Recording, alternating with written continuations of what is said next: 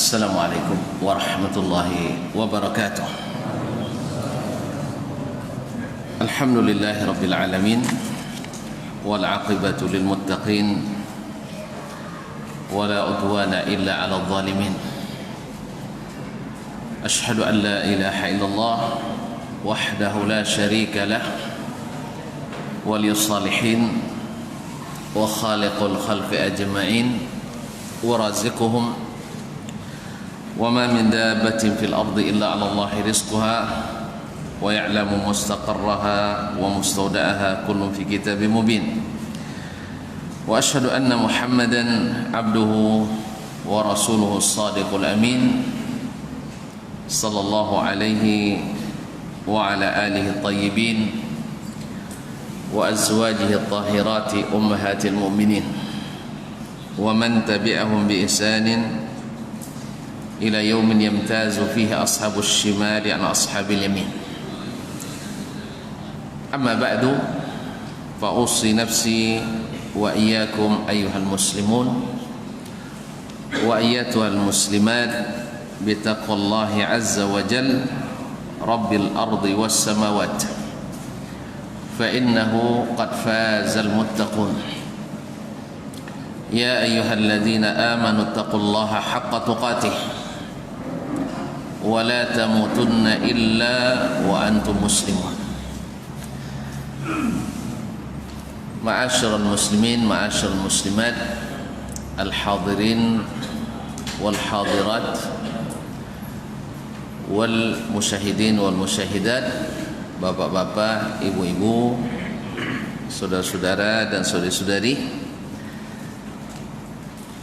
yang hadir jemaah Masjid Raya Bengkinang ataupun yang menyaksikan melalui media dimanapun berada. Alhamdulillah, kita masih diberi Allah Subhanahu wa Ta'ala kesempatan dan kesehatan dalam suasana pandemi ini. Mudah-mudahan Allah segera mengangkat wabah dari kita dan kita kembali normal seperti biasa. Amin. Salawat dan salam semoga sama-sama pula kita ucapkan dan doakan dan disampaikan oleh Allah Subhanahu wa Ta'ala kepada nabinya, Rasul kita sallallahu alaihi wasallam. Mudah-mudahan kita senantiasa setia, istiqamah di atas petunjuk dan sunnahnya. Ma'asyiral muslimin, ma'asyiral muslimat yang dirahmati Allah Subhanahu wa Ta'ala. Masih tak kenal maka tak sayang. Saya menganggap dengan satu pertemuan sudah cukup mengenal, tapi ternyata masih belum juga sayang nampaknya. Maka diminta untuk melengkapi, walaupun tidak juga akan lengkap. Kenapa kita mengangkat isu ini, tema ini? Apa kepentingan kita? Padahal beliau bukan orang sini dan juga tidak semazhab pula dengan kita, kan? Ya. Kita katakan kaum muslimin dan muslimat dirahmati Allah dalam pelajaran sebelumnya bahwa Allah tidak suka kezaliman. Orang boleh saja salah dan keliru, baik dia alim, dai atau siapapun.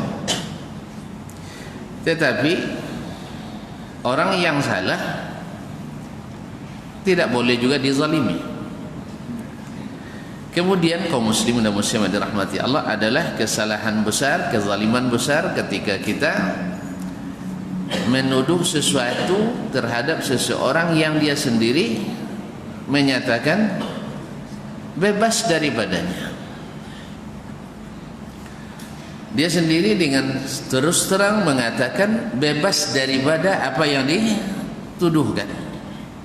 Lalu kita paksakan bahwa dia seperti yang kita inginkan. Ini adalah sebuah kezaliman yang tak boleh dibiarkan. Nah, siapapun di antara para ulama kita yang dizalimi oleh manusia, maka kita berupaya untuk menghilangkan kezaliman itu dan menghilangkan fitnah dan tuduhan itu,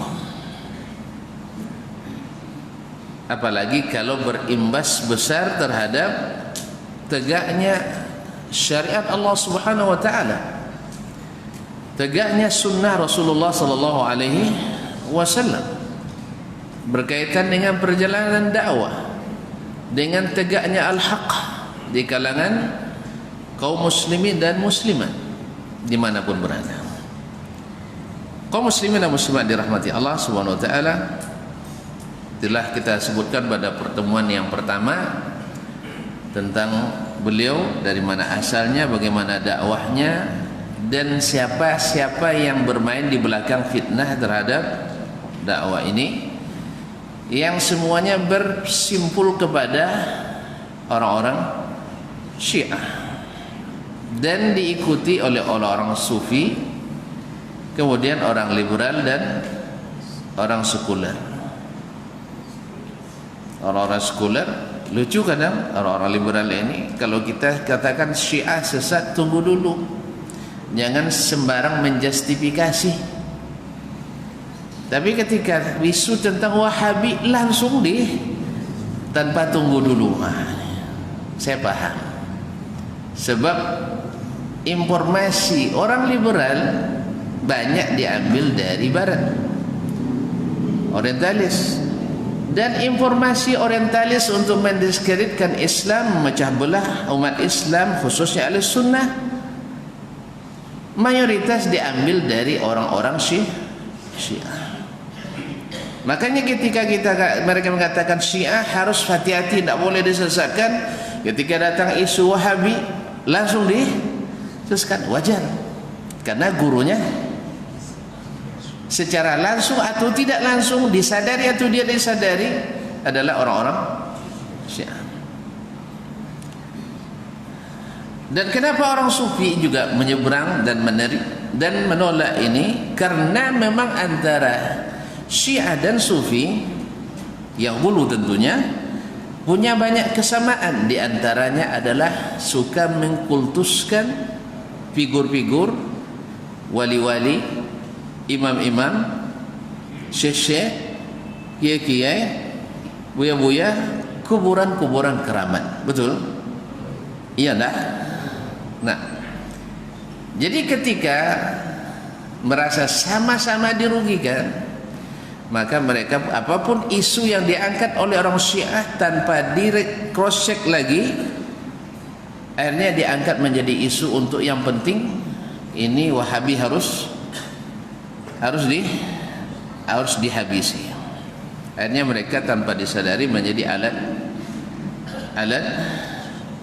alat orang Syiah, walaupun di permukaan anti Syiah. Sama dengan orang-orang Iran di media anti Amerika, betul? Awak termasuk tak kicau lalu ketika revolusi Iran tahun 73 kan, termasuk awak ikut mengapresiasi ini kebangkitan Islam, betul kan? Iyalah, kawasan itulah kawasan mereka itu bakawan kawasan main sedih, wala alat tempurnya banyak diambil dari Amerika, menjatuhkan Irak bekerjasama dengan Amerika dan seterusnya. Kaum muslimin dan muslimat dirahmati Allah Subhanahu wa taala. Ala kulli hal. Nah, pada kesempatan ini saya ingin menambahkan kenapa Syekh ini terlalu dimusuhi lebih dari yang lain. Wajar, Seperti yang sudah saya singgung di awal atau di akhir muhadharah kemarin, bahwasanya yang beliau tangani itu adalah masalah-masalah besar. Ibarat penyakit kronis, penyakit dalam. Kalau tuan-tuan pergi ke dokter hanya sekedar flu ringan, pilek, batuk dek ponek, perlu surat perjanjian, perlu perlu tanggung jawab penuh dari surat ahli waris ada? Enggak ada. Tapi kalau sudah kronis harus tanda tangan. Kadang tanda tangan sabui corona kesan-kesan enggak adanya. Kaum muslimin dan muslimat dirahmati Allah. Jadi bapak corokan copek dia tanya ini tanda tangan kosan mengakui bahwa pasien corona. Iya orang enggak tentu nah. Kalau kaum konspirator katanya ada seperti itu. Itu orang ahli kesehatan lebih paham. Dan Allah Maha tahu. Kaum muslimin dan muslimat dirahmati Allah SWT. Karena yang beliau bahas itu adalah hal-hal besar yang sangat prinsip. Kenapa beliau membahas itu? Kita cerita sebentar. Nabi SAW ketika berdakwah dulu di Makkah, yang didakwahinya adalah orang-orang yang sudah pernah mengenal Islam atau belum? Tidak sama sekali. Terus Nabi Ibrahim di mana dulu?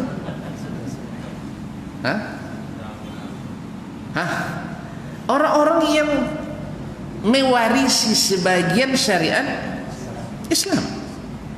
Nabi Ismail, mereka hormat tak ke Ka'bah? Taib, Ka'bah syariat Islam atau bukan? Tuan lo dapat hormatnya? Kenapa mereka menghormati Ka'bah? Ya karena agama. Karena agama. Mereka menghormati, mentakzim Ka'bah. Mereka haji nak? Mana dapat haji dah? Nabi Ibrahim AS. Nabi Ibrahim AS. Buktinya ada orang-orang yang sebelum Nabi diutus, orang-orang sebelum Nabi diutus seperti Waraqah ibn Nawfal, dia meninggal sebelum Nabi berdakwah, tapi masuk surga mengikut agama Nasrani yang belum diselewengkan. Zaid ibn Amr ibn Nawfal juga wafat di masa jahiliyah, tapi Nabi katakan saya melihat dia masuk surga, berarti muwahhid, mengikuti atau tauhid. Nah, Nabi kita alaihi salatu wassalam sebelum dia dapat wahyu pernah enggak sujud ke berhala? Berarti bertauhid. Abu Bakar pernah sujud ke berhala? Enggak pernah. Berarti ada sisa-sisa tauhid. Cuman yang dominan masyarakat waktu itu adalah dengan pengakuan. Mereka mengaku tidak Allah sebagai pencipta. Mengaku. Siapa yang bilang? Allah sendiri yang bilang. Wa idza qila lahum man khalaqas samawati wal arda la yaqulunna Allah. Apabila ditanyakan kepada mereka siapa yang menciptakan langit dan bumi, mereka jawab Allah. Dan ketika Nabi SAW, Nabi mengingatkan mereka untuk kembali, kalian mengakui Allah sebagai pencipta, Allah yang menghidupkan, Allah yang mematikan. Nah sekarang kalian kenapa beribadah kepada selain Allah SWT? Maka mereka jawab, aja'alal alihata ilahan wahida. Yang mereka tentang dari Nabi itu, kenapa Tuhan yang ramai ini sembahan maksudnya, bukan yang mencipta. Mu'adz bin Hakim ditanya ketika sebelum Islam, dulu berapa Tuhanmu di masa jahiliyah? Saya punya satu di langit. Gimana ini? Akidah jahiliyah jadinya. Satu di langit, 5 di bumi. 1 di langit, 5 di bumi. Kaum muslimin dan muslimat, taib, bila ada masalah besar yang kamu hadapi, kamu minta ke yang mana? Dia jawab, minta ke yang di langit. Yang 5 di bumi ini enggak. Makanya Allah ceritakan, wa iza ghasya mawjun fil bahri da'u Allah mukhlishina lahuddin. Apabila mereka diliputi oleh gelombang di laut, mereka ikhlas berdoa hanya kepada Allah Subhanahu wa taala. Falamma najjahum ilal barri sambung idahum yusyrikun.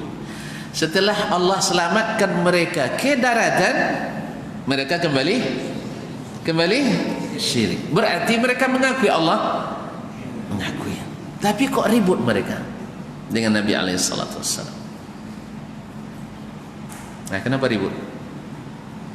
Padahal kalau Nabi menyerukan kepada Allah, harusnya mereka tidak ribut kan? Kalau hanya mengakui Allah sebagai Rabb. Maka yang ditentang oleh mereka itu adalah tidak beribadah kecuali kepada Allah Subhanahu wa taala. Wa laqad ba'atsna fi kulli ummatin rasulan an i'budullaha wajtanibut taghut. Sesungguhnya kami telah utus kepada setiap umat itu seorang rasul. Tugasnya apa? Beribadahlah hanya kepada Allah dan jauhi taghut, sembahan selain Allah. Kaum muslimin, jadi Nabi ditentang oleh Quraisy bukan karena tidak mengakui ada Allah, tapi ditentang oleh Quraisy supaya jangan beribadah kepada selain Allah Subhanahu wa taala. Oleh itu kaum muslimin, nah datang Nabi, akhirnya yang beriman, yang kafir kafir. Kita cerita Nabi katakan bahwasanya setelah saya kalian akan melihat lagi perselisihan yang banyak. Kalian akan mengikuti cara-cara umat terdahulu dan seterusnya. Tentu saja semakin jauh dari zaman Nabi alaihissalatu wassalam, khususnya setelah terjadinya fitnah sampai terbunuh Khalifah Uthman bin Affan, terbunuhnya Khalifah Ali bin Abi Thalib radhiyallahu ta'ala anhum ajma'in, lahir berbagai bentuk penyelewengan agama.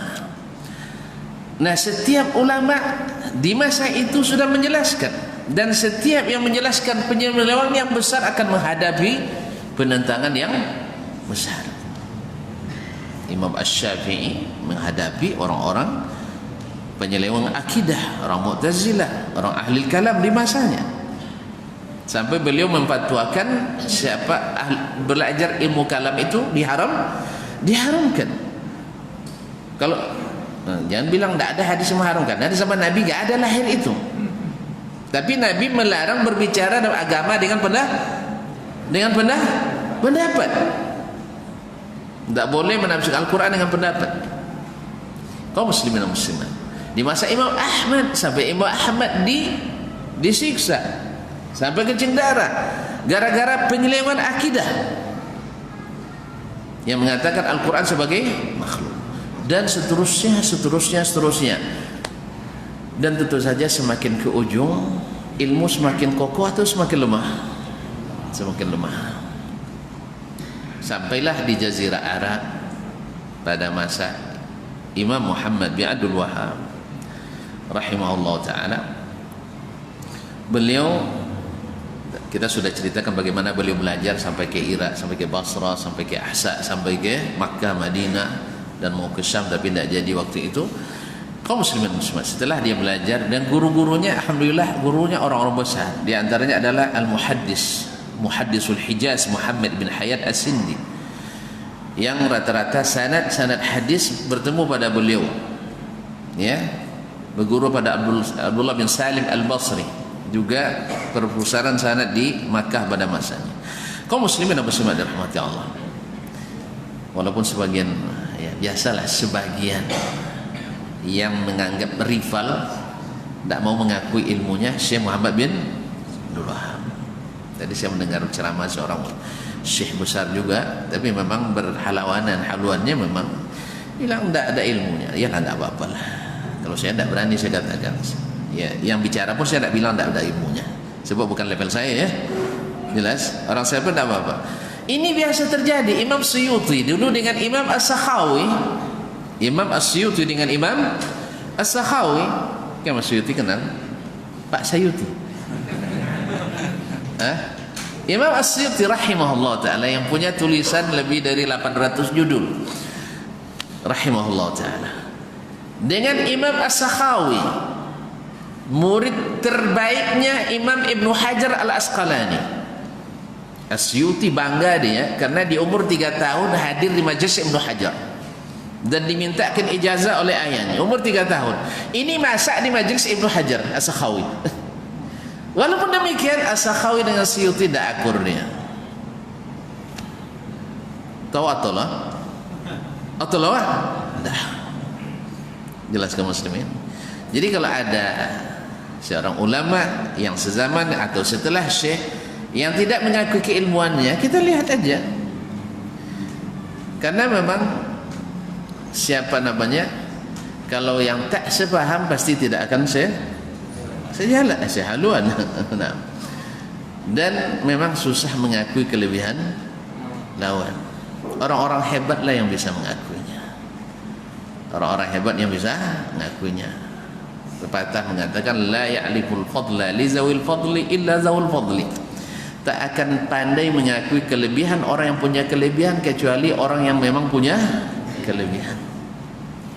Kaum muslimin dan muslimat dirahmati Allah.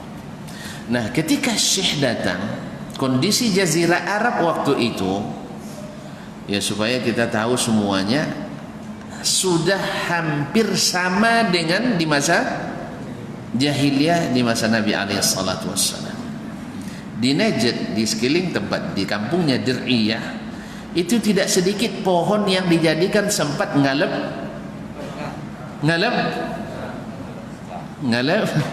bahasa apa roh? Tak semedi lah untuk gantung pakai situ sakti dah. Tak semedi nomor tu. Nah, kalau istilah dulu zatul adwat. Kaum muslimin dan muslimat dirahmati Allah. Kenapa mereka melakukannya? Karena tidak ada yang mengingatkannya. Yang tahu tidak berani. Yang berani tidak tahu pula. Kaum muslimin dan muslimat dirahmati Allah. Ada yang berani kadang tapi enggak punya ilmu. Tapi ada yang punya ilmu tapi tidak berani. Kemarin kita sudah bilang bagaimana Sulaiman bin Sa'im yang awalnya mendukung Syekh tapi dia bilang tidak bisa kita rubah, bertentangan dengan kebiasaan masyarakat, saya tidak ikut. Bahkan memusuhi Syekh Muhammad bin Abdul Wahab. Dia sudah akui inilah yang sebenarnya. Cuman sayang kalau lanjutin Syekhnya awak dimusuhi di orang sodonya, ya, dimusuhi oleh orang. Kau jadi qadi, kau nanti jadi qadi. Kau jadi ketua pengurus, jadi kau nanti jadi ketua. Kaum muslimin dan muslimat dirahmati Allah SWT. Dalam keadaan seperti itu, beliau dengan ilmu yang dia sudah pelajari, dan ketahuilah kaum muslimin sebagian mengatakan beliau tidak ilmu, beliau punya sanad sampai ke Imam Bukhari, punya sanad sampai ke Imam Muslim dan seterusnya. Cuma karena enggak kenal maka enggak sayang. Jadi masalah. Oleh itu kaum muslimin dan muslimat, orang-orang yang punya kelebihan seperti Imam Asy-Syaukani, kenal? Enggak juga tahu ya. Adalah ulama Yaman, penulis kitab Nailul Awtar, Syarh Muntaqal Akhbar. Imam Al-Amir As-San'ani, kenal? Enggak juga ya. Pensyarah kitab Bulughul Maram yang disebut dengan Subulus Salam. Tak ada anak pondok yang tak kenal sini ya. Ya. Al-Imam Al-Alusi, tak kenal dia. Tak juga dari Irak. Pokok ramai orang-orang yang menyanjung ilmu Syekh, mengakuinya. Karena mereka memang orang yang punya ilmu yang sama. Jadi kalau nak cari sanjungan tentang ilmu hadis dari ahli filsafat tak mungkin masuk nanti. Ya. Jelas? Nah, Atau orang hadis menyanjung sahabat juga tidak mungkin. Ya, jelas. Nah, jadi kaum muslimin dan muslimat dirahmati Allah. Tapi orang-orang ini adalah orang yang mengetahui ilmu sunnah tauhid yang sahih. Mereka mengetahui nilainya. Kaum muslimin dan muslimat dirahmati Allah. Nah, disitulah mulai dari kampungnya kemarin dari Uyainah. Di umur 30 tahun beliau mulai menjelaskan ke masyarakat. Di sana ada kuburan seorang sahabat yang syahid pada perang Yamamah. Perang Yamamah mesti kenal. Memerangi orang-orang murtad, pengikut Musailamah Al-Kazzab. Setelah Nabi wafat terjadi gerakan murtad. Abu Bakar memerangi mereka. Nah, salah satu sahabat yang syahid ada Zaid ibn Al-Khattab. Kuburannya di situ sudah dibangun. Tentu dibangunnya, dibina, dibuat contoh musaji, bakubah di situ. Apa guna? Ya, apa guna? Pasti awalnya untuk memuliakan wali Allah, karena beliau terkenal mustajab doanya masa hidupnya. Dalam hati kaum muslimin dijadikan sebagai destinasi wisata religius. Banyak orang berdatangan ke situ meminta, memohon, atau setidaknya merasa tempat itu keramat dan setelah permintaannya walaupun tidak dikabulkan suatu kabul so. Kadang tidak mau kabul tapi also mau kabul. Lah ya lelu lain lomak perasaan sampai kokinnya. Ya syaitan, auzubillah. Lomaknya perasaan sampai kokin, padahal pegang musaji tidak lomak perasaan. Wapuk kaji musajinya. Subhanallah, sampai disuruh enak perasaannya. Syaitan menghiasi amalan mereka. Nah, Syekh ketika di Uyainah, Amir Uyainah dan sudah kita sebut tidak berani untuk membela beliau. Hanya dia tawarkan ke Amir Dir'iyah yang Allah inginkan kemuliaan baginya dan keturunannya. Waktu itu Syekh menawarkan Amir Dir'iyah karena ketergantungan ekonomi, karena memang khilafah Utsmaniyah saat itu tidak pernah perhatikan, tidak sampai ke situ usahaannya, karena di Najd waktu itu kerajaan-kerajaan kecil-kecil, kampung-kampung ko adalah amir, kampung ko adalah pemimpin, gitu aja lah, kecil-kecil tempat. Jadi tidak masuk wilayah yang diperhatikan, karena tidak ada sumber yang diharapkan di situ. SDA nggak ada, apalagi untuk wisata, untuk pariwisata, koyang situ. Jadi tidak masuk dalam kawasan Turki Utsmani. Kaum muslimin dan muslimat dirahmati Allah. Oleh sebab itu ulama dulu yang sezaman dengan beliau tak pernah mengangkat isu bahwa beliau adalah berontak kepada urus Utsmani. Hanya pemikir zaman sekarang aja. Mereka mencocok-cocok logika, karena zaman itu Turki Utsmani masih eksis, dan di akhir-akhir nafas terakhirnya gara-gara Saudi berontak akhirnya mereka jatuh. Dulu di zaman ulama yang mengkritis Syekh di zaman itu tidak mengangkat masalah ini. Kenapa? Mereka tahu karena Dir'iyah, Uyainah, Khuraimilah, Ahsa tidak masuk yang dikuasai oleh, tidak diperhatikan, karena tidak ada sumber daya alam yang diharapkan waktu itu. Kaum muslimin muslimat, awalnya Imam Muhammad bin Saud Amir Dir'iyah tidak bersedia karena takut tekanan dari Amir Ha'il yang mensuplai bahan makanan. Tapi istrinya Masya Allah, beginilah penting punya istri yang salihah, istri yang cerdas, Cece, cantik dan cerdas.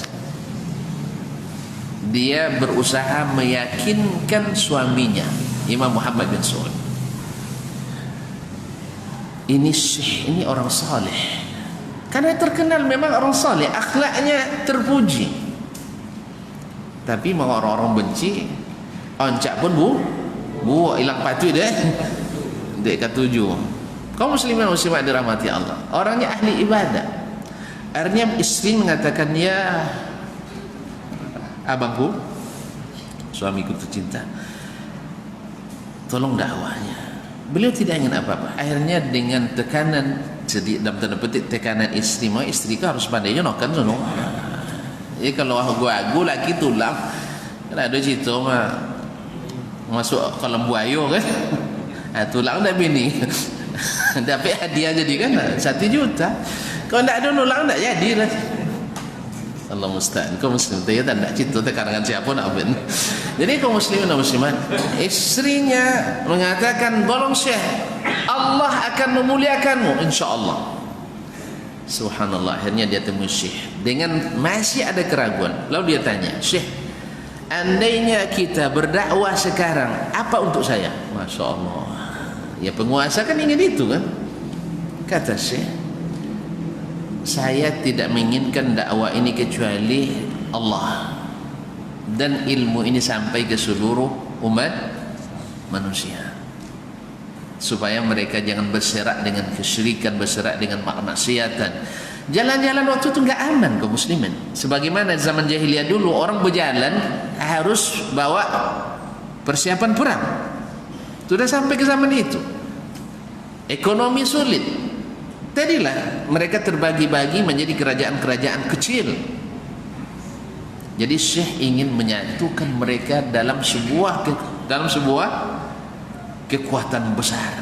Umatnya harus disatukan. Nanti kita lihat bagaimana ma'alim, rambu-rambu dakwah yang dikembangkan oleh Syekh tidak seperti yang disampaikan oleh para tukang fitnah.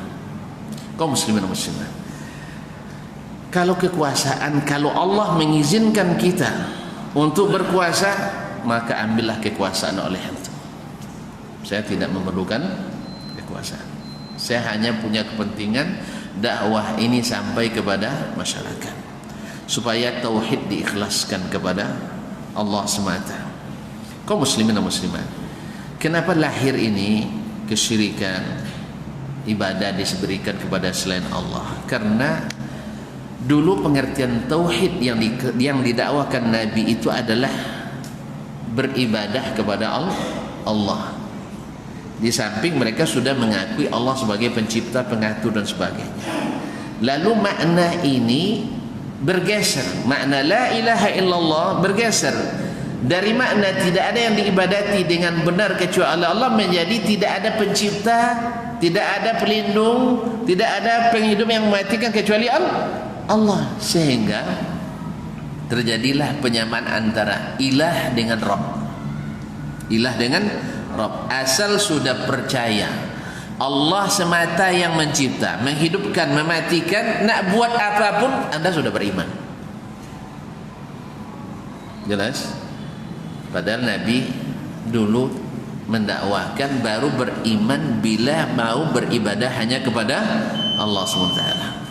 Makanya banyak penyelewengan akidah di sini. Ibadah, orang datang memberikan persembahan, memberikan sema,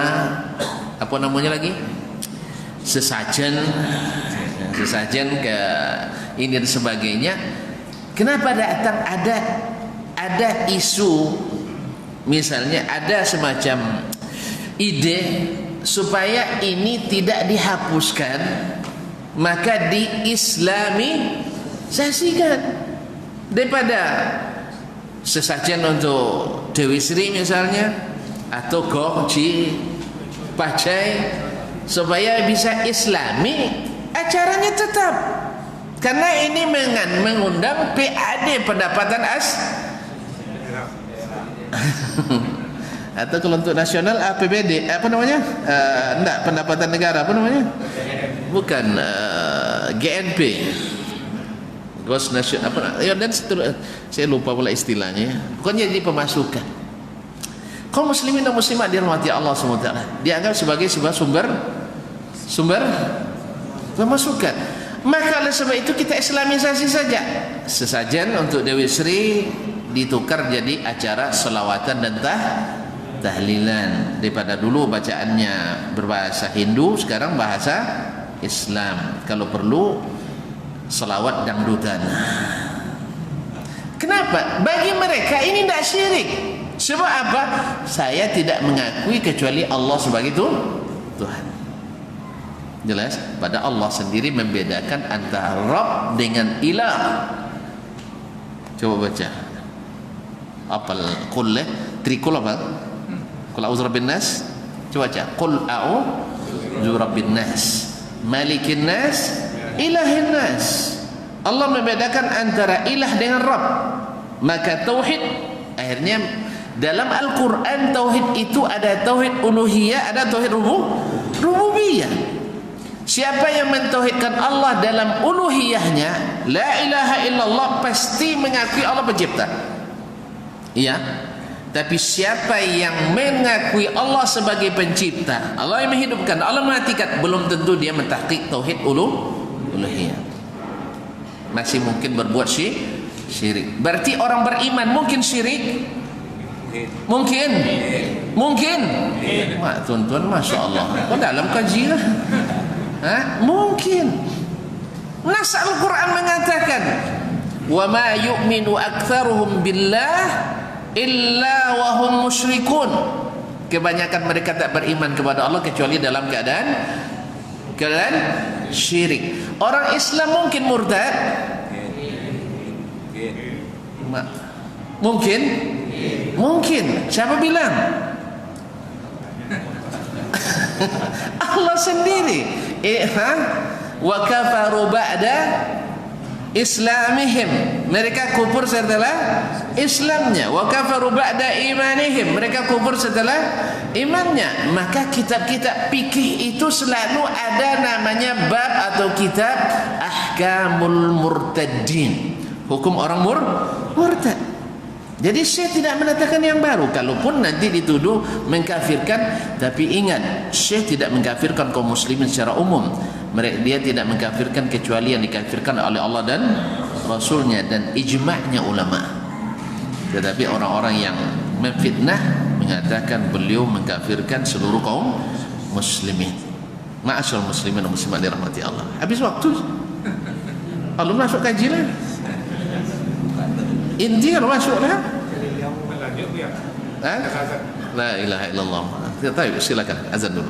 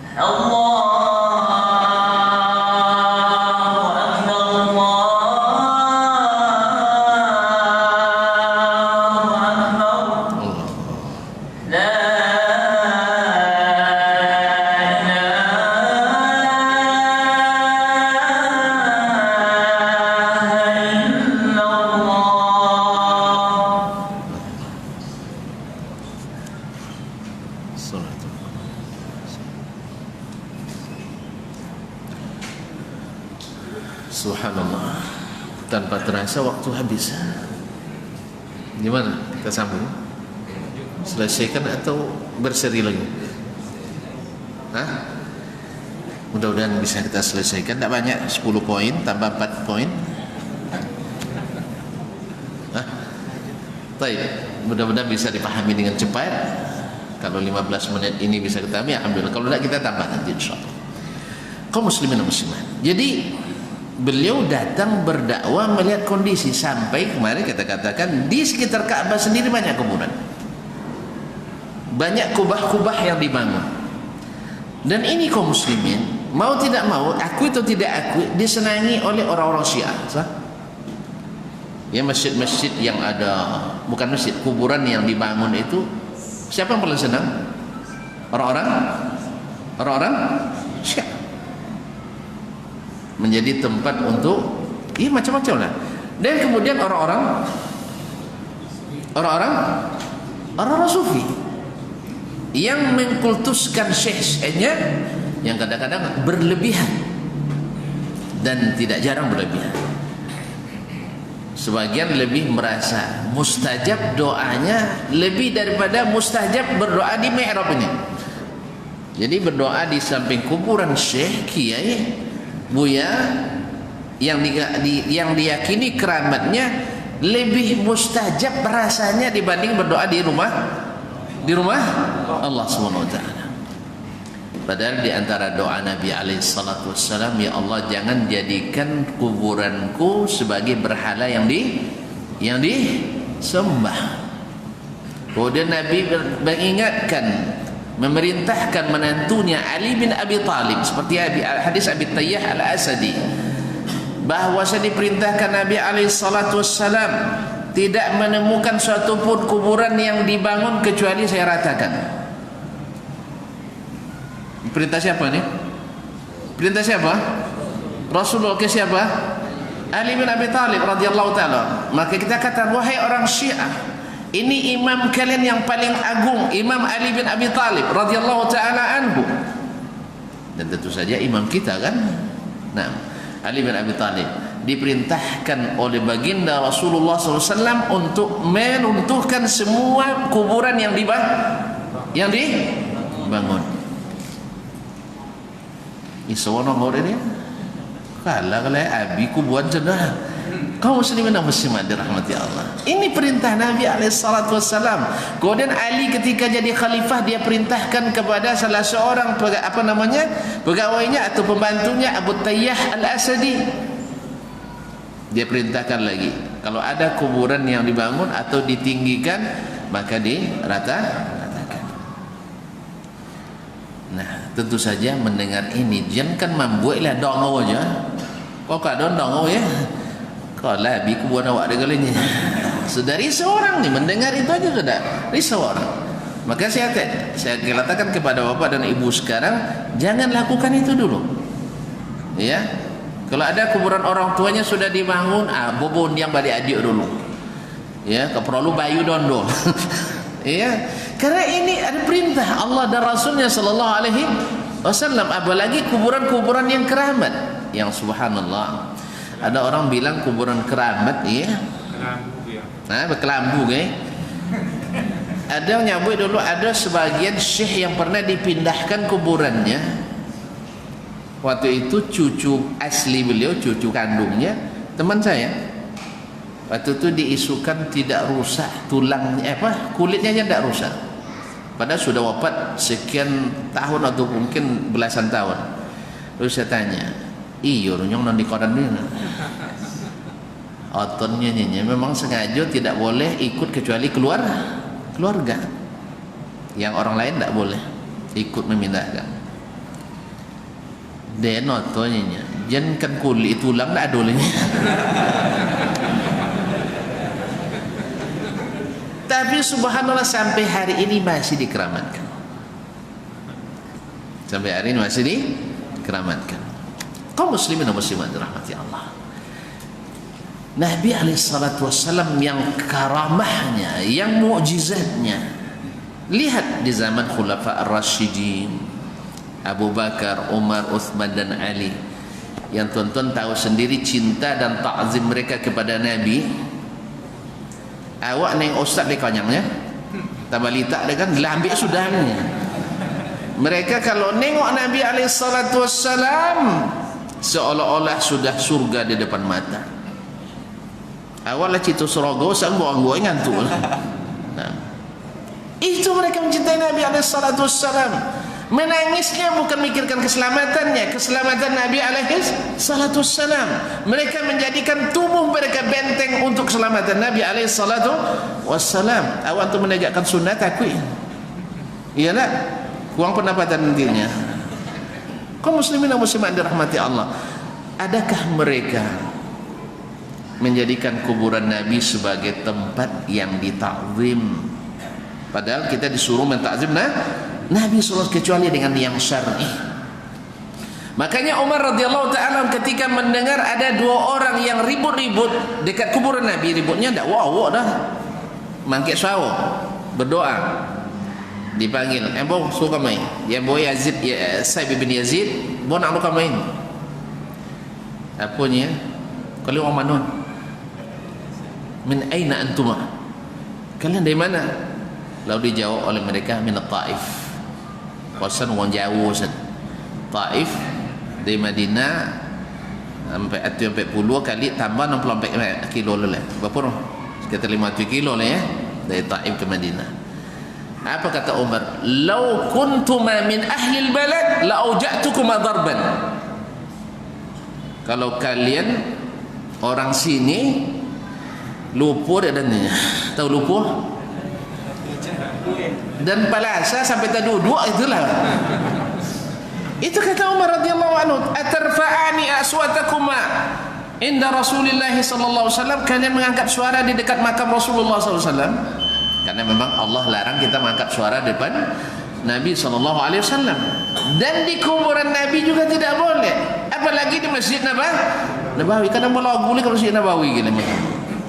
Kaum muslimin dan muslimat dirahmati Allah Subhanahu wa taala.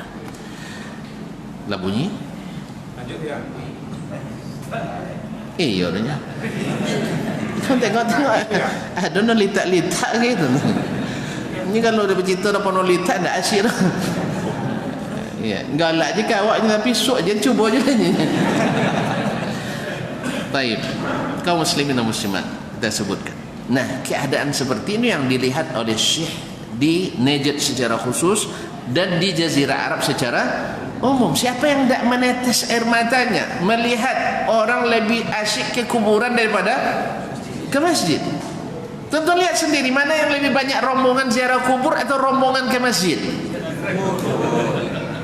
Kita kalau salah tanggap lo tak boleh ziarah kuburnya, itulah masalah kan? Bukan. Jangan tolong jangan ditafsirkan perkataan saya. Saya ingin mengatakan hakikat yang kita saksikan. Mana orang yang lebih semangat datang ke masjid atau semangat ke ziarah kubur? Nah. Jadi kaum muslimin dan muslimat dirahmati Allah SWT, apalagi kalau misalnya ada kiai besar pula yang memimpin kan, lebih mustajab doanya. Datang ke kuburan Masya Allah ribuan, tapi pas masjid zuhur hilang. Lucu lah kaum muslimin dan muslimat. Dulu kini ada juga. Muhasabah ni musaji jam 7 pagi nyalang jam 11.30, kadang sampai azan nginangi pas azan hilang sudah. Jadi kaum muslimin, kalau kami Jakarta banyak dulu tiap malam kami petang kami malam Jumat sudah salat Isya ramai masaji. Waktu Isya adanya terus kene kan. Nah, untuk lebih banyak nak lepias itu jadi penuh je masaji nah. Jadi kaum muslimin dan muslimat dirahmati Allah, inyo salat Isya ndak di masjid nah. Sudah itu datang dia ustaz ke masjid sampai jalan subuh sehingga payah lolok lah. Ya. Sudah itu dokek subuh setengah jam lah ngaji luang. Ya setan ngaji sajam, Pak. Kadang sajam setengah. Sodo baca orang masyaallah.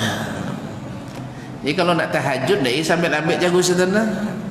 Kalau lah jam 3 tu lah mulainya wow. Nah, lah bandu di masjid. mulai Syed Abu Nawas, Busiri dan sebagainya, sodok dibaca. Kaum muslimin dan muslimat dirahmati Allah SWT. Dokek sumur hilang. Subhanallah, kaum muslimin dan muslimat. Begitulah makanya ulama kita mengingatkan yang ini. Jangan gara-gara amalan yang tak disyariatkan yang disyariatkan ini.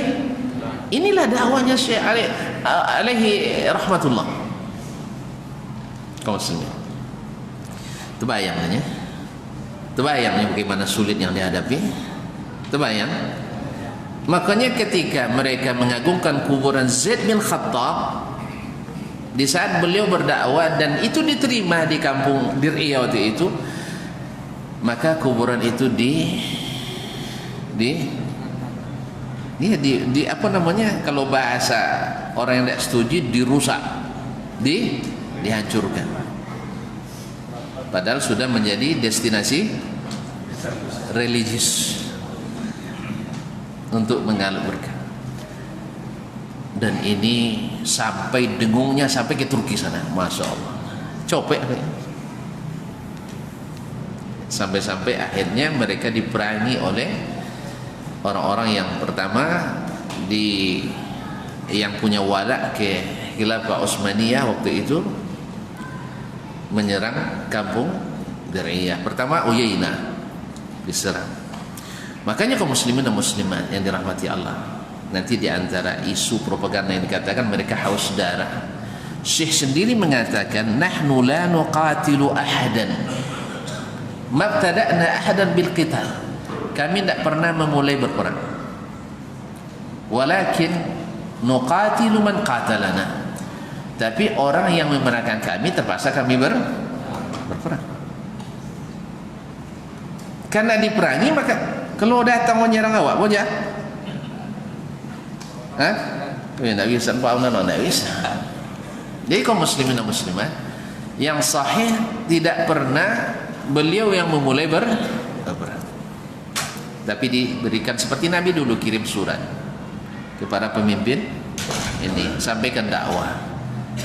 Kalau seandainya diterima, alhamdulillah. Kalau tidak, izinkan dakwah ini berjalan. Tapi kan banyak yang merasa bangga, menolak mentah-mentah. Itu yang masalah. Kaum muslimin dan muslimat dirahmati Allah SWT. Apa yang menjadi rambu-rambu dakwah beliau yang seperti ini? Mohon maaf, tuan-tuan mungkin sering mengatakan atau akan membayangkan ketika anak kita kuliah di Madinah misalnya, atau di Makkah, atau dimanapun wilayah Arab Saudi atau Teluk, pasti akan dicekokin dengan virus Wahabi, dibaptis jadi Wahabi. Ya, berarti tuan-tuan menyangkut dan sudah Wahabi. Sudah pasti. Kaum muslimin dan muslimat, alhamdulillah selama 15 tahun saya di Madinah, baik di kuliah akademis di fakultas dari S1 sampai S3, atau yang non formal baik daurah atau kajian rutin di Masjid Nabawi.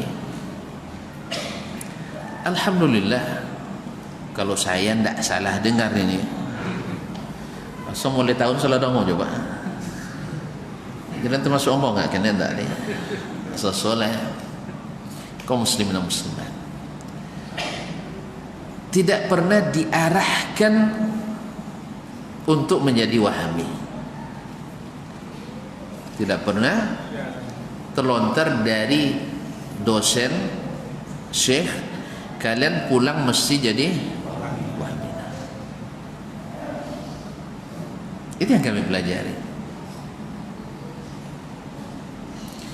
Kalau tuan-tuan tidak percaya, silahkan buka buku-buku Syekh Muhammad bin Abdul Wahab sendiri. Saya katakan kemarin bukunya kecil-kecil kan, kebanyakan yang cepat bisa dibaca. Mungkin itu sebabnya tadi Syekh tadi bilang tak punya ilmu dia kan.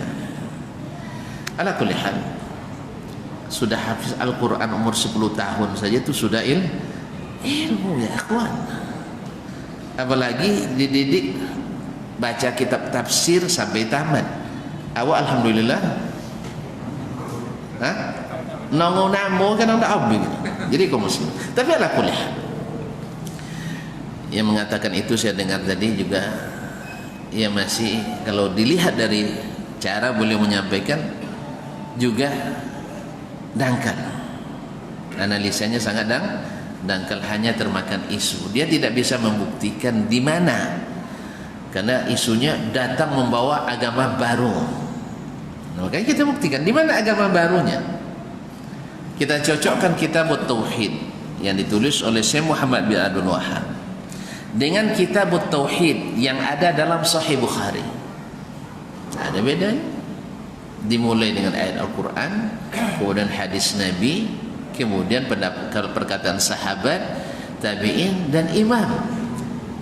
Walaupun beliau mengatakan mazhabnya Hambali, tetapi tidak pernah meninggalkan mazhab apa namanya, perkataan Imam Malik, Imam Asy-Syafi'i, Imam Ahmad dan seterusnya.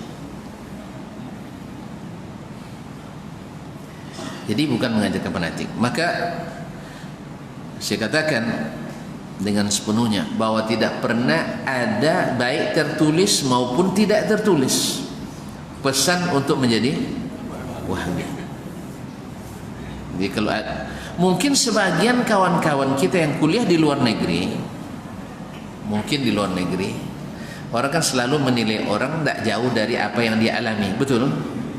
Sebagian negeri di saudara kita di luar negeri kalau kuliah, kalau misalnya orang Asia Tenggara mazhabnya Syafi'i, maka dididik khusus mazhab Syafi'i.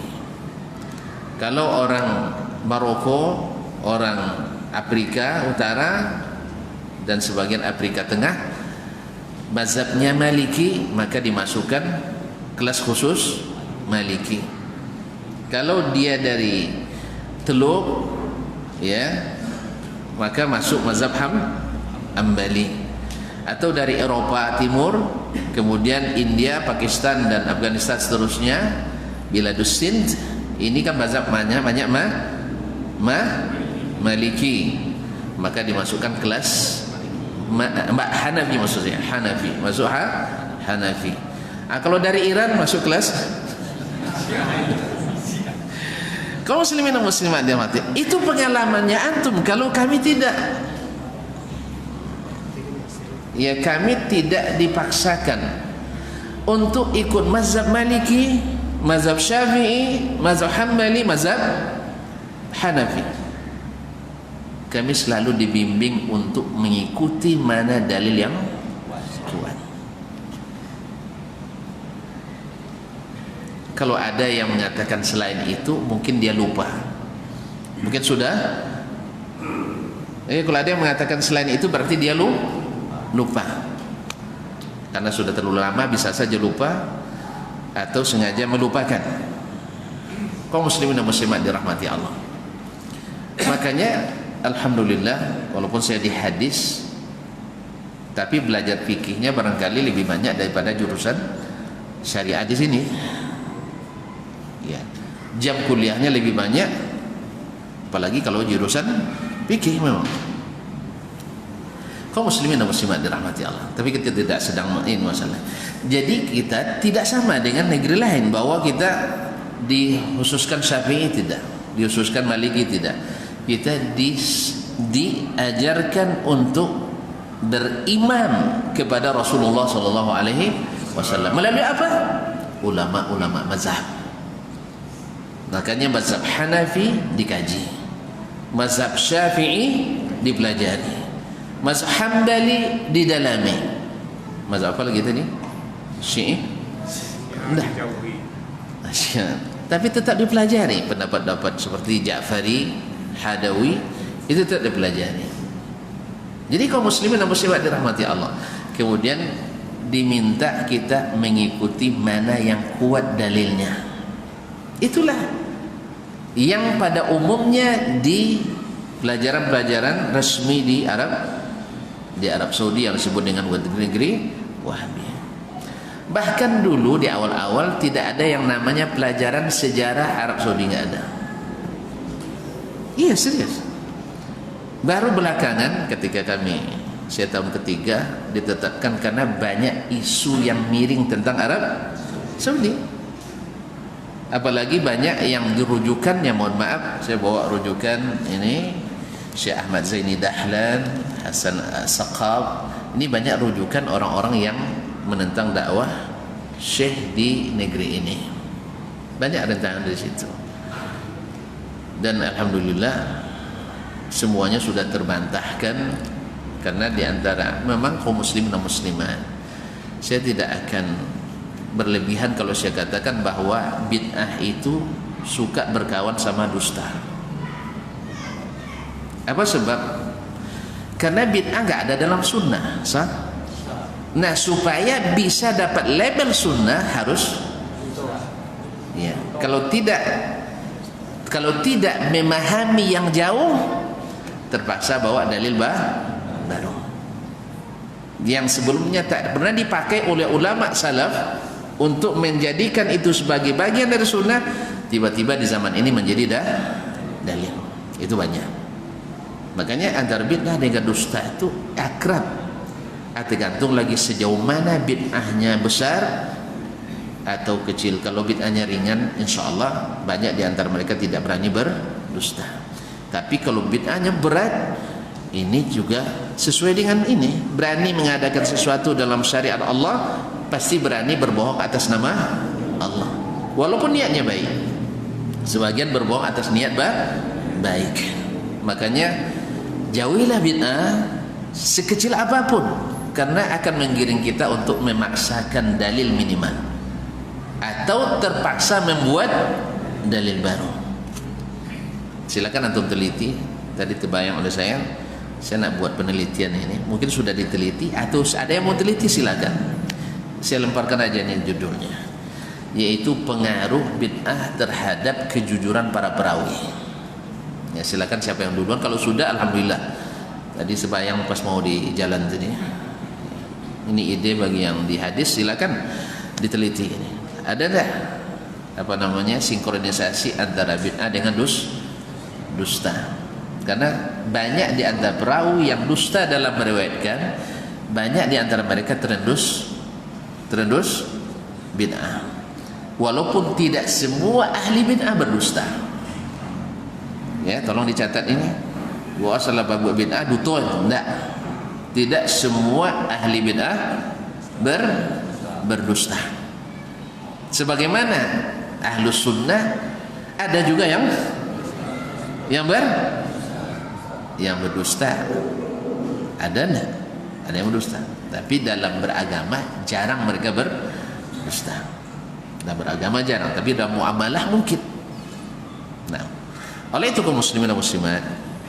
Nah, apa yang menjadi ma'alim, rambu-rambu dakwahnya Syekh Muhammad bin Abdul Wahhab yang kita terima dari para murid-muridnya, yang banyak di antara muridnya juga adalah anak dan cucunya dan serta cicitnya. Kemudian yang kita ambil dari cara mereka menyampaikan agama ini dari syekh-syekh mereka. Yang pertama adalah tajdidu amriddin, yaitu mentajdid kembali urusan agama. Masalah tajdid ini ma'ruf. Nabi mengatakan, innallaha yab'atsu fi hadzal ummah ala ra'si kulli mi'ati sanah man yujaddidu laha dinah. Allah akan mengutus di penghujung 100 tahun, setiap 100 tahun orang yang mentajdid agamanya. Apa makna tajdid? Yang lama dibuang, yang baru diganti, buat agama baru? Tidak. Tapi adalah sebab kita tahu kaum muslimin, tuan-tuan, kalau sempat tidak ngaji selama pandemi kemarin, ini jujur kita katakan, menurun tak iman kita? Menurun tak ilmu kita? Itu baru dari Maret sampai bukan September, sampai Juli. Maret, April, Mei, Juni, Juli, 5 bulan. Kalau sempat 50 tahun, kalau sempat 100 tahun, habis, terkikis. Dan Nabi yang katakan, innal imana yakhlaq, iman itu juga berkarat, usang, maksudnya lusuh. Maka perlu ditajdid, mengembalikan ke jalur yang asli. Kalau kebanyakan orang suka parkir sembarangan, tiba-tiba datang tukang parkir menertibkan, marah enggak? Mencabut lendak lah. Aduh lahir wang adalah parkir semuanya. Iya nak. Kita tengok PKL, pedagang kaki lima, melanggar enggak?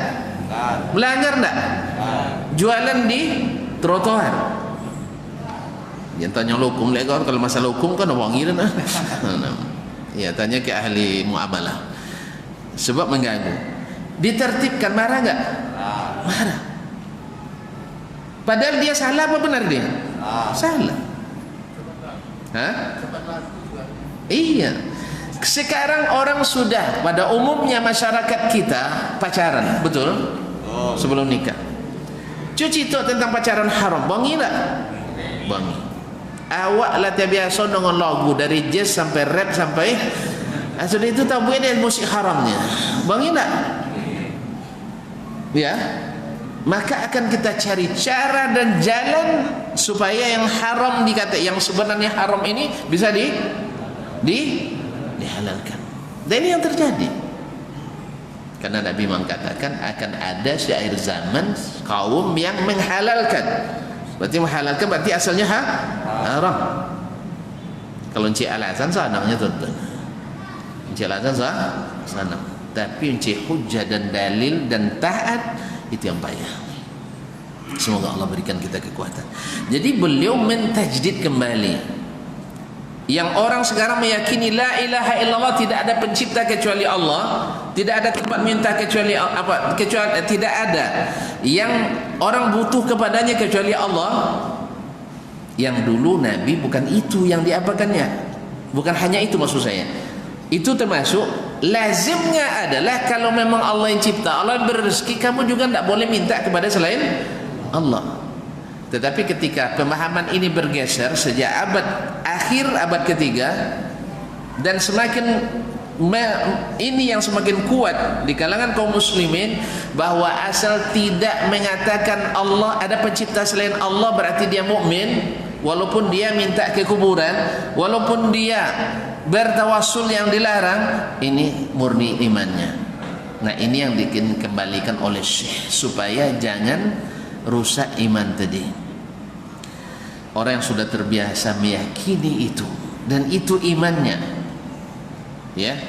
Ketika ada orang di acara tahunan mengantarkan kepala kerbau di sebuah teluk, di sebuah sungai di negeri kita ini, diwawancarai oleh seorang wartawan, ini tidak syirik nih Pak? Oh tidak, ini tidak syirik. Kenapa? Karena kita yakin hanya Allah yang mencipta. Tuh apa dia menyembelihkan kayak ini kan budaya, ini budaya nenek moyang kita yang tidak bisa tinggalkan. Jadi keyakinannya adalah selama tidak mengakui ada pencipta selain Allah, maka ini tidak syirik. Itulah pengertian orang Quraisy dulu. Kami tidak mengatakan ada pencipta selain Allah, Allah mencipta. Cuman orang-orang ini soleh-soleh, kiai-kiai, buya-buya, keramat-keramat, yang kita harus takzim mereka. Lalu dicari hadis-hadis yang sahih yang jauh pemahamannya, atau diambil hadis-hadis palsu dan dhaif yang dikarang untuk menguatkannya. Nasallallahu alaihi wasallam. Ada ulamanya banyak, ada kitab-kitab yang mendukungnya banyak, tapi Syekh tidak menjadikan itu sebagai dasar. Dasar kita bukan orang, dasar kita bukan imam, dasar kita bukan kitab, dasar kita bukan banyaknya orang. Dasar kita adalah Al-Quran dan Sunnah Nabi SAW menurut pemahaman As-Salafus Salih. Inilah yang didakwakan oleh Imam Muhammad bin Abdul Wahab. Makanya Nabi SAW melarang menjadikan kuburannya tempat berhari, meminta-minta, beribadah di situ. Maka ketika ada yang ingin bernazar di sebuah tempat di Buana, bukan Putih Buana, bernazar menyembelih onta di Buana, di daerah Mekah.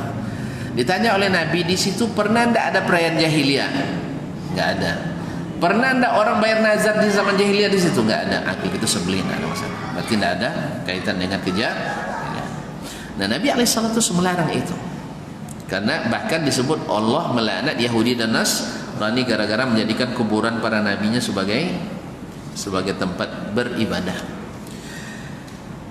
Taib. Yang kedua, beliau dalam dakwahnya, dalam kitab-kitabnya menghidupkan kembali ijtihad.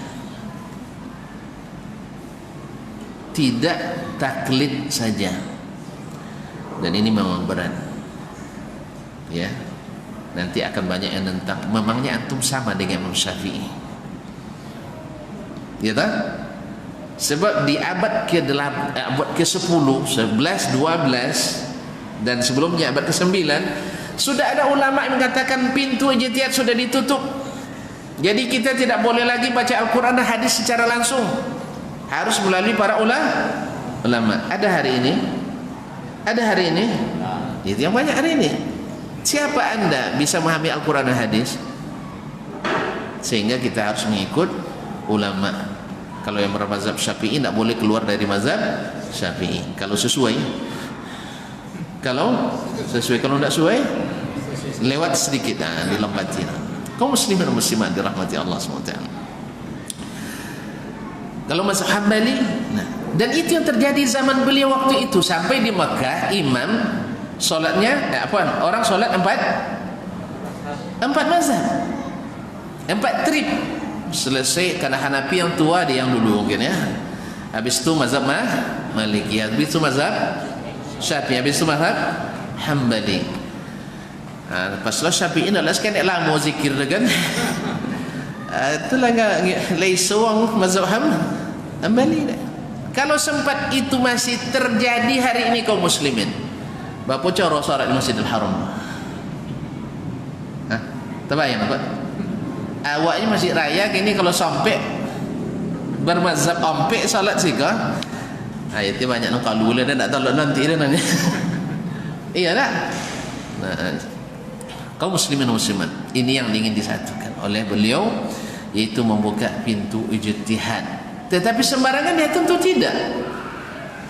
Yang mempunyai keahlian, memenuhi syarat berjihad. Kalau tidak, kita jadi muttabi'. Dan setidaknya mesti kita tahu dalil apa yang digunakan oleh ulama tersebut. Itu penting belajar. Taklid bukan tak boleh bagi yang tidak mampu belajar. Tapi kalau mampu belajar mesti melihat dalil. Nah, sebagian besar ulama pada masa itu menutup. Pokoknya ikut syekh ajalah. Kalau bahasa kitanya ikut petua kiai. Petua kiai. Kalau kiai bilang ge, jadi ungge wak. Ya, kalau bilang kalau apa? Kalau ndak engge apa lawan? Wes. Ya sudah. Kaum muslimin dan muslimat yang dirahmati Allah, itulah menjadi inspirasi Al-Kartini menulis kitabnya atau suratnya dalam surat-suratnya Habis Gelap Terbit Terang. Dulu di masa-masa beliau masih muda-muda dulu, setiap kiai belajar baca Quran Al-Fatihah. Kenapa Al-Fatihah itu dibaca setiap solat? Setiap ditanya, ini sakral, tidak boleh dibahas, tidak boleh dibahas, sakral. Sampai satu hari ada seorang syekh diundang oleh ayah itu bupati, lalu dia bahas makna Al-Fatihah. Baru terbuka ternyata terang. Di situ ada tauhid tiga bagian. Alhamdulillahi Rabbil Alamin, rububiyah. Ar-Rahmanir Rahim, asma dan sifat. Maliki Yaumiddin, asma sifat dan termasuk rububiyah, menguasai hari pembalasan. Iyyaka na'budu wa iyyaka nasta'in, hanya kepadamu kami Oh, ini yang inti rupanya. Di muqaddimahnya mengakui Allah pencipta, kemudian kita puji Allah dengan nama dan sifatnya. Setelah itu kita ikrarkan, saya karena engkau mencipta, engkau yang terpuji, maka aku tidak beribadah kecuali kepadamu, tidak meminta kecuali kepadamu. Jelas kan? Kan indah jadinya. Itulah maksud beliau itu, habis gelap terbit terang. Mungkin banyak yang tidak tahu ini. Kecian setelah selesai penjajah datang kemerdekaan. Boleh tafsirkan itu, tapi ini salah satu sebab seperti yang disebutkan oleh perawinya. Kaum muslimin dan muslimat dirahmati Allah SWT. Jadi taklid itu bukan harus dipelihara.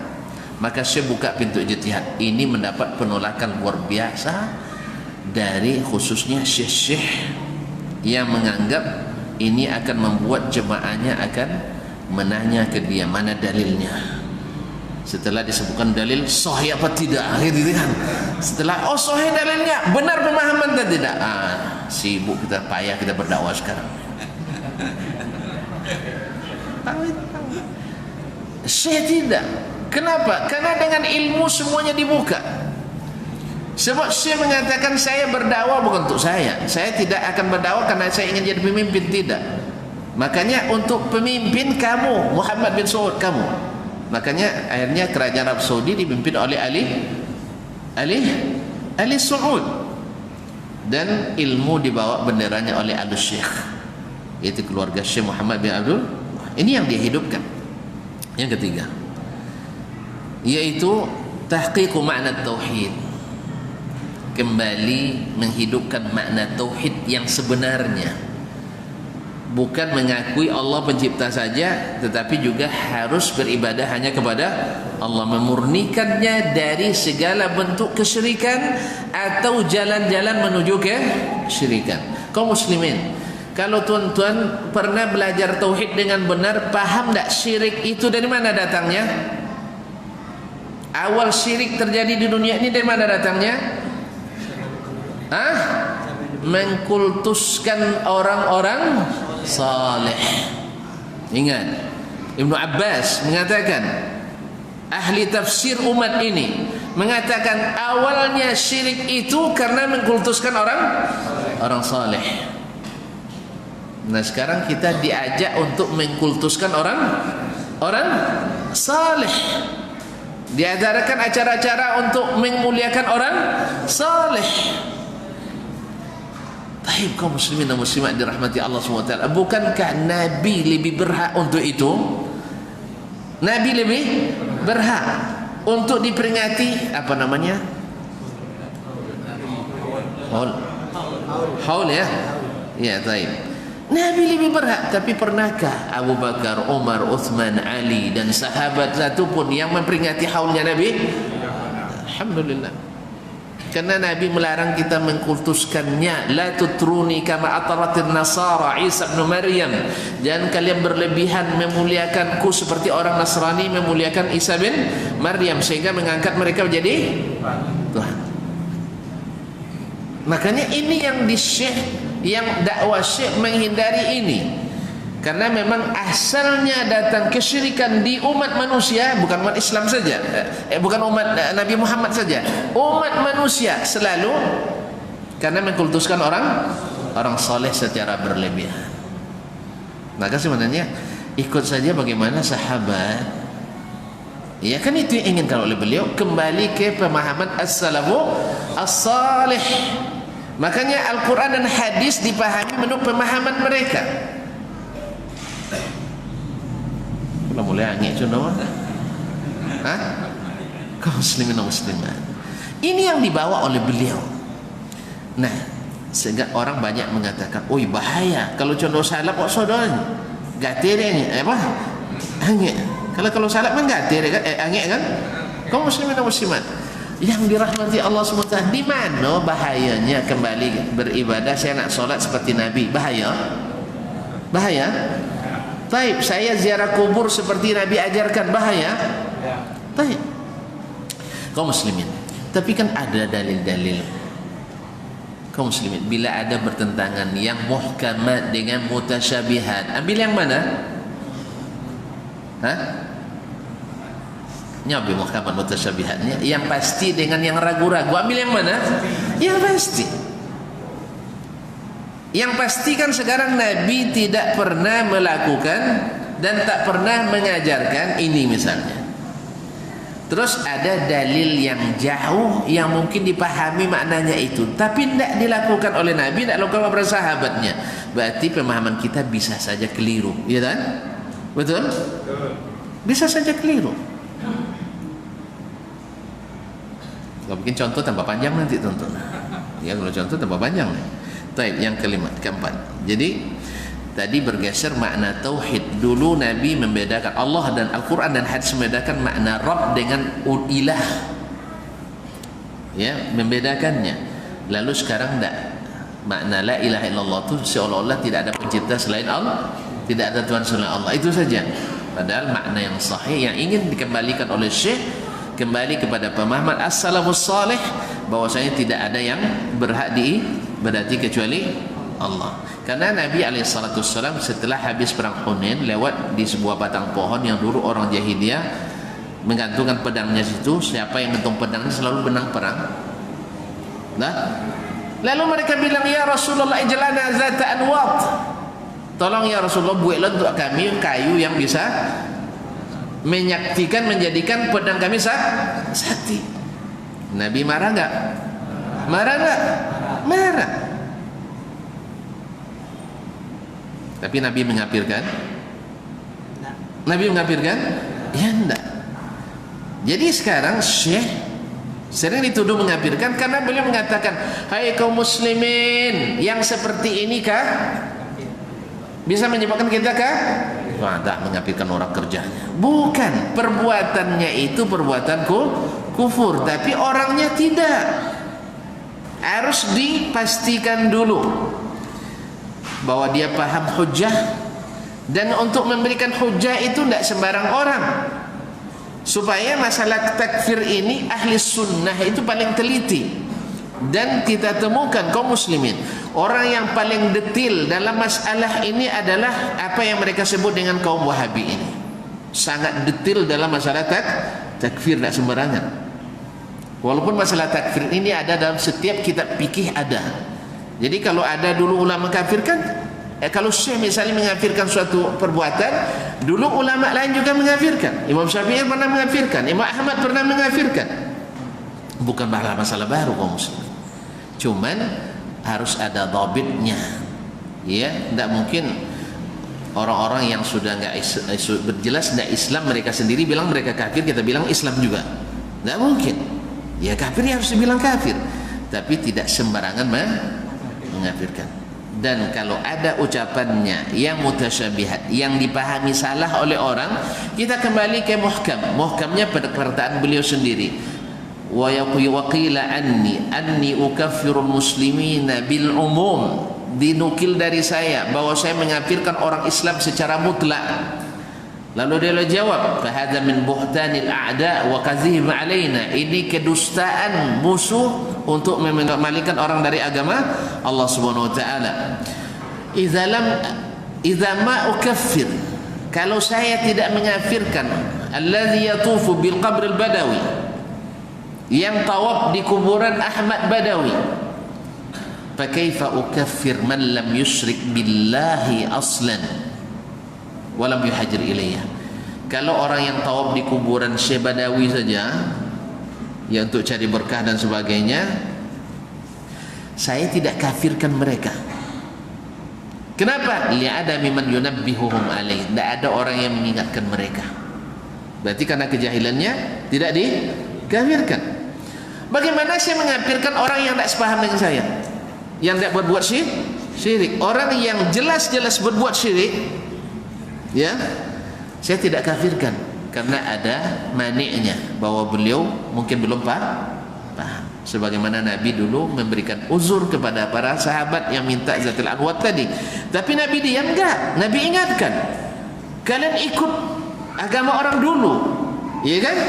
Agama orang dulu, sebagaimana dulu umat Nabi Musa, Bani Israel minta ke Nabi Musa, ya Musa, jadikan kami Tuhan-Tuhan, ya, buatkan bagi kami Tuhan-Tuhan sebagaimana mereka banyak Tuhan. Bagi mereka satu tidak cukup kan ya. Allahumma musta'an. Kaum muslimin. Nah, ini yang dikembalikan oleh Syekh untuk memahami tauhid uluhiyah itu dengan pemahaman yang diajarkan oleh Nabi alaihi salatu wassalam. Oleh sebab itu kita katakan, tolong cari di dalam kitab Syekh bahwasanya tidak bersandarkan kepada Al-Quran dan hadis dan pemahaman as-salafus salih, atau tidak ada dalam pendapat para a'immah, para imam-imam yang empat. Tolong dicari. Insya Allah tidak akan bertemu kecuali tuan-tuan yang salah memahaminya. Nah, jelas. Nah, kemudian kalau loyo contoh, kalau loyo sudah. Nah, kaum muslimin, ini diantara yang penting-penting. Masih banyak, ada 10 poin bahwasanya beliau ini yang didakwahkannya, tidak ada yang baru, cuma menghidupkan kembali. Dia baru karena banyak yang tidak tahu. Mohon maaf ya. Semoga Allah mengampuni saya, mengampuni seluruh guru-guru saya. Dulu kaum muslimin dan muslimat celana cingkrang kami di pondok itu dianggap preman. Celana preman di rotan tuh. Orang-orang yang bercelana tidak boleh di atas mata kaki. Sampai hari ini kaum muslimin kan masih banyak yang pantang kan? Masih banyak yang pantang kan? Masih, apalagi di instansi resmi dianggap sebagai sesuatu yang, tapi orang pakai celana Hawaii tidak apa-apa. Iya. Atau ketika tren tahun 70-an dulu tidak apa-apa. Tapi ketika ustadz yang bilang, ini pasti artinya apa? Berarti masih aneh. Dulu ibu-ibu dulu, mohon maaf. Jadi kalau ada ustaz-ustaz dulu istrinya tidak ada yang tidak berjilbab, hanya pakai balili tuh, balili. Kan balili dulu, buya-buya dulu. Iya enggak? Iya, mohon maaf. Itu yang di zaman mereka itu sudah sangat Islami. Jalannya, lah balili itu sudah sangat Soalnya banyak pakai apa nomornya? Kemben. Dan tak bentar apa makna kemben ya? Dodo terbuka.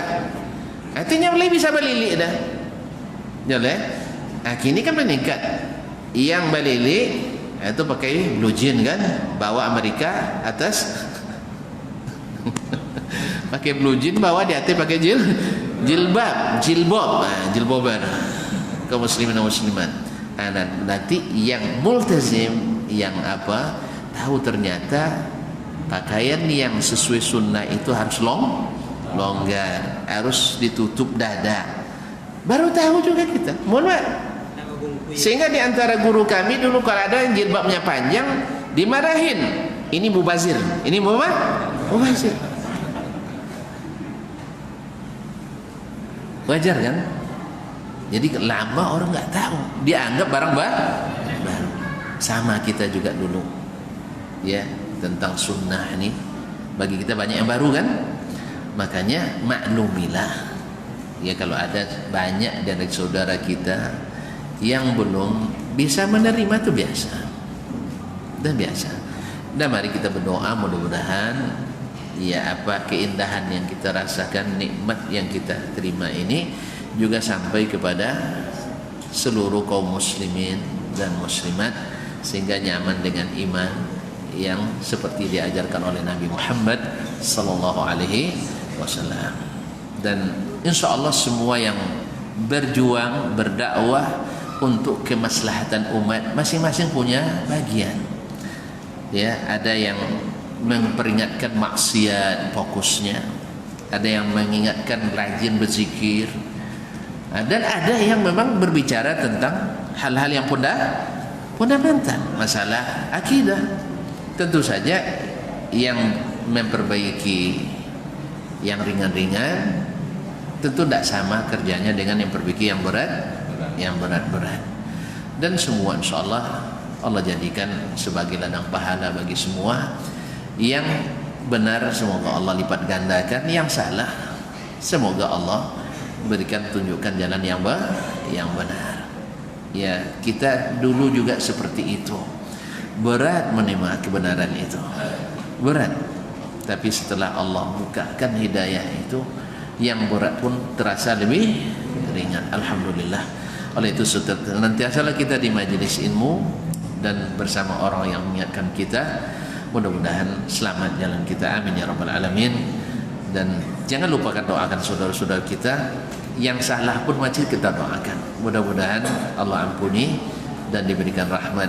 Karena sebenarnya ahlus sunnah itu lebih penyayang kepada ahlus sunnah kepada kaum manusia dibanding yang lain. Alhamdulillah kita tidak pernah mencak-mencak, tidak pernah memprovokasi, mempersekusi. Enggak, itu bukan. Maka Syekh katakan kita tak pernah memulai memerangi. Tapi kalau diperangi ya wajib mempertahankan diri. Itu kata Syekh tadi. Ya karena sudah sampai ke masalah kekuasaan, tentu akan banyak hal-hal yang di luar tentu saja kepentingan politik banyak masuk. Makanya agama ini ketika di luar kepentingan politik agak lebih selamat, tapi kalau sudah masuk bercampur maka akan terjadi fitnah. Semoga Allah SWT selamatkan kita dari fitnah yang kita tidak inginkan. Mohon maaf dan terima kasih terlalu panjang ya. Atau sambung lagi? Baik, wallahu taala alam wa sallallahu ala nabiyyina Muhammadin wa sallam wa subhanakallah bihamdik asyhadu an la ilaha illa anta astaghfiruka wa atubu ilaik. Wassalamualaikum warahmatullahi wabarakatuh.